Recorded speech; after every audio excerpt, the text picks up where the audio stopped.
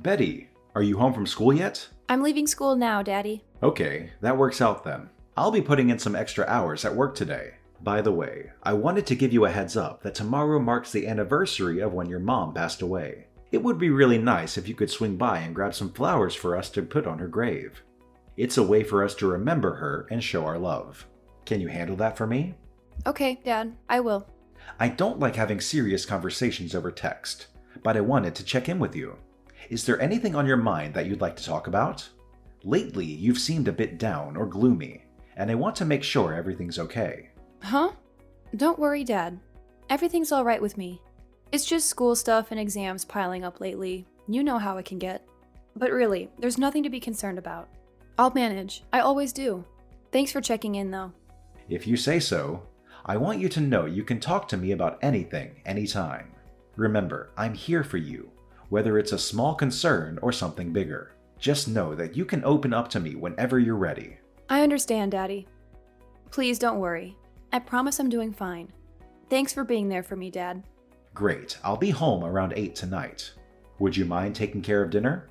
No problem. Dinner will be ready when you get home.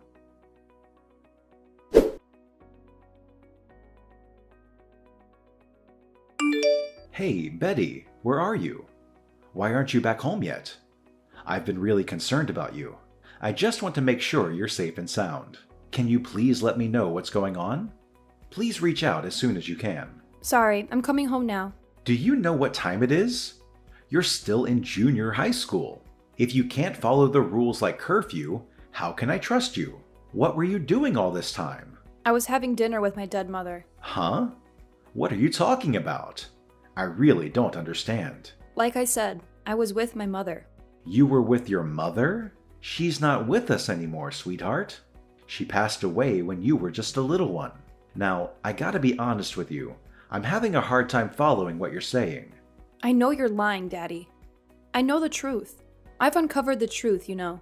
The real reason behind your divorce was your little affair. Mom told me everything, you know, about her illness and how she couldn't handle taking care of me anymore. That's why the court decided to hand me over to you. I'm not a naive child anymore, Dad. I can handle the truth. You can't keep lying to me like this. I'm not lying. Tell me where you are. I'm going to come there right now. I've already left the restaurant and I'm on my way back home now. Betty, I'm at a loss here. I really don't have a clue about what's happening. Dad, don't even think about avoiding this. It's happening and you can't escape it. This is the truth we're dealing with and it's not going away. You know, it was a shock when she revealed that she's my mother. She even showed me a picture of myself as a child. I could see how much she must have looked at that picture countless times, tears streaming down her face. This is real, Dad, and we can't ignore it any longer. What the? I don't understand. I saw Katie's body in the casket at her wake. You were probably way too young to remember it.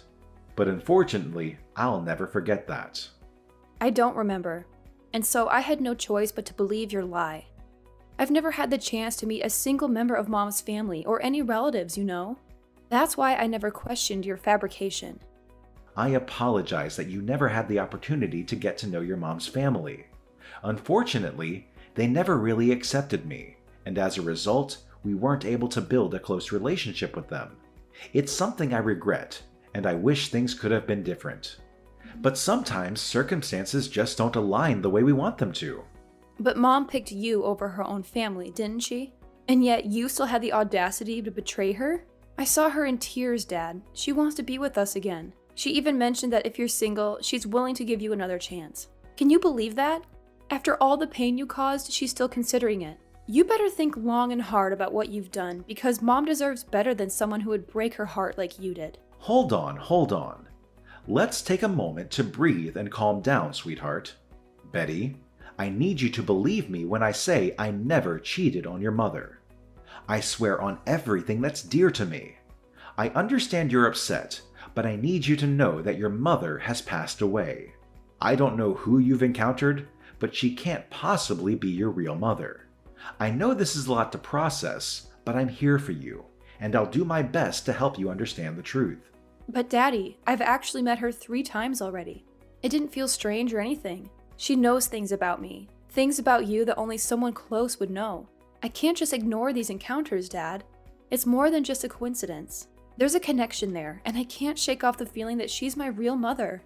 Listen up, Betty, my dear. I want you to know that I'd never, ever lie to you. You're my whole world, and the idea of making you sad crushes me. Can't you see how much I care about you? Trust me when I say I'd never knowingly deceive you. You're my treasure, and I'll always be straight with you. No hidden agendas. I want so badly to believe you, but I'm torn, Dad. I'm not sure who I can trust anymore. Deep down, all I've ever wanted is to be with Mom. Look, why don't you open up and share everything with me? I want to understand the whole story, right from the beginning. If someone is claiming to be your mom, do you have their contact details? I think it's important for us to have a conversation with this person and hear their side of the story. Let's gather all the information we can so we can make sense of this situation together. Remember, I'm here for you, and we'll figure it out as a team. Yes, I'll tell you everything. I see. Once you're home, please text it to me. It may be a mutual friend or someone we haven't seen in a while. I don't know what they're up to, but there must be a reason why they went through all this trouble. I guess so. I don't really understand, but I'm sorry, Daddy. I really don't want to cause you any trouble. It's okay, baby. I know you miss Mom. If you could be with her again, you would. I feel the same. Yeah. I thought bringing up Mom would make you upset, so I did my best to avoid the topic. But I realize now that it's important for her to be a part of your lives. From now on, I'll make an effort to talk about Mom and keep her memory alive. So, could you please come home quickly?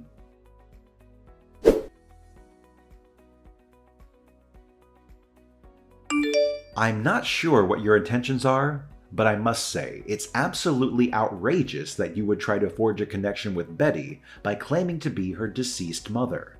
How could you stoop so low? Oh well, the jig is up, John. How have you been all this time? You can't even imagine how much I've missed you. Let's cut the pleasantries, Isabel. What do you mean by saying the jig is up? Is this some sort of game to you? If you have something to say, just say it straight. I won't entertain these mind games any longer. It's time for honesty and clarity. Well, that's not exactly the warmest welcome for your sister-in-law. Just when Betty and I were building a bond, you had to discover the truth. Now, I need to come up with a new plan. Well, I'm not too worried though. I'm sure I'll figure out something soon. Plan? What exactly are you aiming for? What is it that you want from Betty and our family?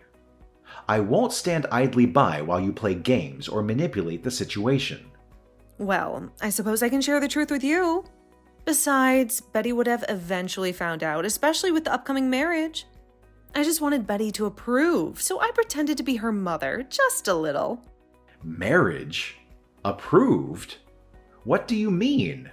Whose marriage? Our marriage. You and I should get married. It must be difficult raising a girl all on your own, especially around Betty's age.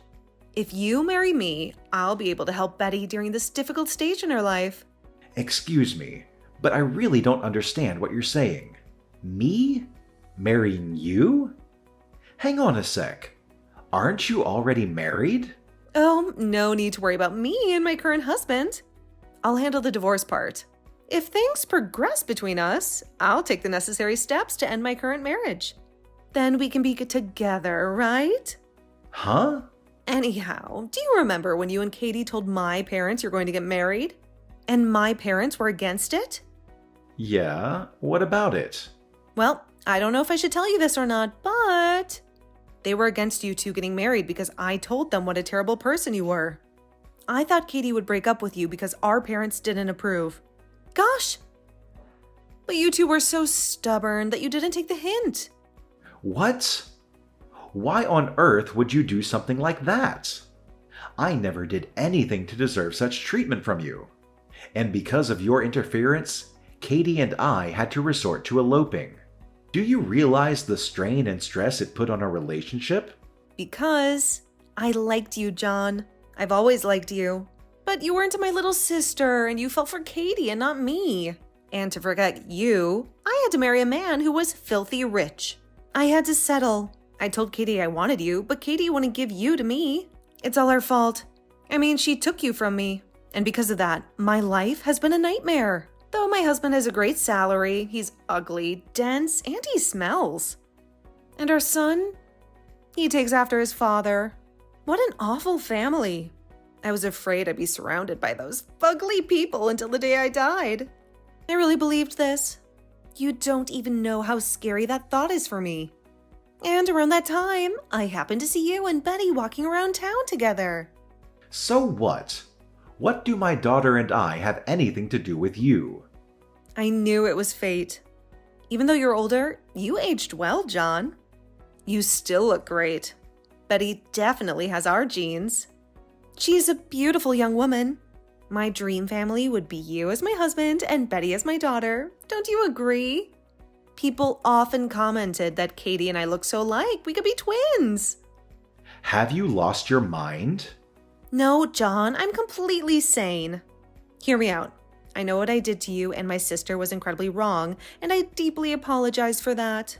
It's been eating away at me, haunting my thoughts every single day. That's why I believe marrying you is the way to make amends.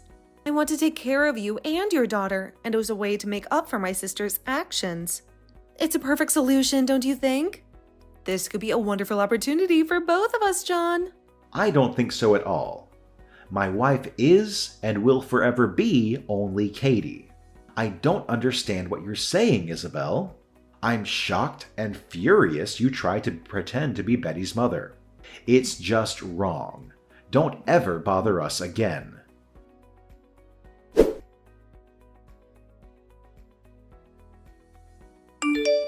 Isabel, I need you to stop right now. It's not okay what you did. Waiting for Betty outside her school and then trying to force her into a car is absolutely unacceptable. Leave Betty alone and stay away from her. I won't tolerate this kind of behavior any longer. You and Betty were ignoring my texts. It's all your fault. Besides, Betty and I spent time together in the past, so why can't I take her out for a drive? Hey, just so you know, she's my niece too.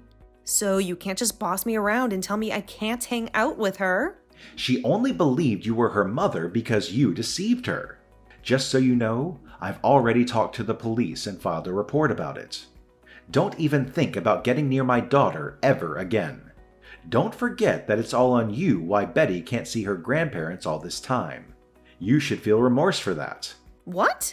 You went to the police? Just because I wanted to spend some time with Betty? Hey, that's not fair. That's not all that you've done. You continuously text us and call us. You stalk our house and Betty's school. Just the other day, our surveillance camera caught you trying to break into our house. You're on the verge of committing a crime. This is your final warning. Why won't you choose me, John? Katie is dead in the ground and her sister is offering to marry you. I don't see what the problem is. I love you even more than my sister ever did. There's little difference between Katie's DNA and mine. DNA? What are you talking about? I don't care about DNA. I married Katie because of her kind personality and the way she smiled when she looked at me. Maybe you and Katie look alike, but you two have nothing in common. You used Katie's name to try to get close to Betty. Manipulating my daughter's emotions is not a quality I find attractive. Not only that, you talk about your family and want to abandon them? I don't want someone like that in my family. There's something seriously wrong with you. I have absolutely no intention whatsoever of even being in the same room as you, let alone marrying you. I see. You're pretty stupid, huh? Someone like me is offering to marry you and you refuse? Do you have any idea how much money my husband makes? Over double? Maybe even quadruple what you make. If I divorced him, can you imagine how much money I'd get? Betty would be set for life. Would you want to throw away this wonderful opportunity? I don't know why I expected a low-level factory worker to make smart decisions. I guess that's why you chose Katie. All she had was a good personality. That's right. There's no way I would fall for a woman who judges men only for their wealth and looks. You need to realize that you're the one who ruined my life as well. It's because of you that I was forced to marry someone I didn't love. You must take responsibility for that. You owe me my entire life. I owe you nothing. You made your own choice to marry that guy, and I never forced you into anything. So let go of the idea that we'll ever be together, because it's never gonna happen. I see. I guess you're just as stubborn as ever, huh? But it's a good thing I didn't divorce my husband. He's a good plan B. Though I hate to think I'll live the rest of my life with those fugly people, I have to admit I enjoy my life of comfort. And I can look down on you from the lap of luxury, so you can rue the day you refuse my generous offer. I guess I'll watch you and Betty live a mediocre life and laugh. I wonder who'll be leading the mediocre life. What? It'll be you and Betty, of course. I contacted your husband. I knew which company he worked for. I sent him screenshots of the text you sent Betty and me. Excuse me? You did what? But it seems he's been thinking of divorcing you as well. He isn't happy that you never do any housework, and you often lash out at your son. Your attitude is an issue as well. He thanked me. He was worried about getting custody of your son, but thanks to the text, he's sure the judge will side with him. You're lying, right? My husband is head over heels in love with me. He does whatever I ask him to do. Plus, he doesn't have the courage to leave me. Everyone has their limit. He wanted to talk to you about this many times, but you always ignored him. If I married you, Betty would be set for life? What an arrogant thing for someone like you to say. You're ripping off someone else and trying to come off like the hero who's going to save my poor daughter? Stop. You know I was just joking about that. Text my husband. I was just fooling around in the text you sent him. Tell him I didn't mean any of that. I don't think that'll change anything. Then marry me. I wanted to divorce my husband because I happened to see you and Betty. It's your fault, so take responsibility. Isabel, you and I, we aren't family, friends, or anything. You are the one who started this crazy scheme, hurting your family, Betty, and me. You're the one that needs to take responsibility. What? What will happen to me? John, what do you think I should do? I really don't care at all. Oh, and there's one more thing. You said all Katie had was a good personality, but you, Isabel, there's nothing good about you. You're empty, inside and out.